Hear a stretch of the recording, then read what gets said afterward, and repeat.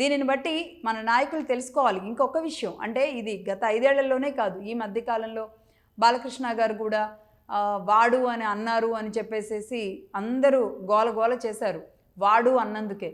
అది ఫ్రెండ్షిప్లో అన్నారు ఏదన్నారు, ఇది ఒక అంశం. మళ్ళీ నేను దీనికి సంబంధించి నేను మళ్ళీ మాట్లాడతా. కానీ అంటే అది కూడా రాకూడదు నిజానికి.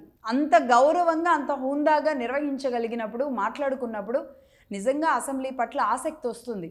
ఇంకా అపోజిషన్ పార్టీ కూడా ఉన్నప్పుడు ఆ ఇంట్రెస్ట్ ఇంకా పెరుగుతుంది. ఒక రకంగా మంచి రసవత్తరంగా ఉంటుందన్నమాట. ఇద్దరు మాటలు ఇప్పుడు ఆ పరిస్థితే లేకుండా అయిపోయింది. గతంలో టీడీపీ ఉన్నా పెద్ద టీడీపీని మాట్లాడించిన దాఖలాలు లేవు. ఇప్పుడు వైసీపీ ఉన్నా అసలు అసెంబ్లీకే వస్తున్న దాఖలాలు లేవు.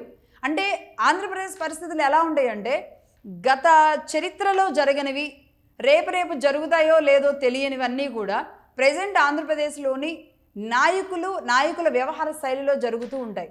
బట్ ఈ అసెంబ్లీ చూసిన తర్వాత ఖచ్చితంగా ఆంధ్రప్రదేశ్ నాయకుల్లో మాత్రం చాలా చేంజ్ రావాలి.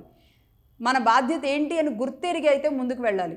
అది అసెంబ్లీకి వెళ్ళడం కానీ, వెళ్ళిన తర్వాత నోటిని అదుపులో పెట్టుకోవడం కానీ, ప్రజా సమస్యల మీద మాట్లాడడం కానీ, మీరు చెలోక్తులు విసురుతారా, సరదాగా మాట్లాడతారా, లేదా దూషించడానికి ఇంకేదైనా పదాలు వెతుక్కుంటారా, whatever it is, assembly జరగాలి. ఎందుకంటే ప్రజా డబ్బులతో, ప్రజలు చెల్లించే ట్యాక్స్లతో మీకు ప్రతిరోజు మీరు అక్కడి వరకు అసెంబ్లీకి వెళ్ళి ఆ కార్యక్రమాల్లో పాల్గొని మీరు అక్కడ తిని రిలాక్స్ అయ్యి వచ్చినందుకు ప్రతి రూపాయి కూడా ఈరోజు ప్రజలదే.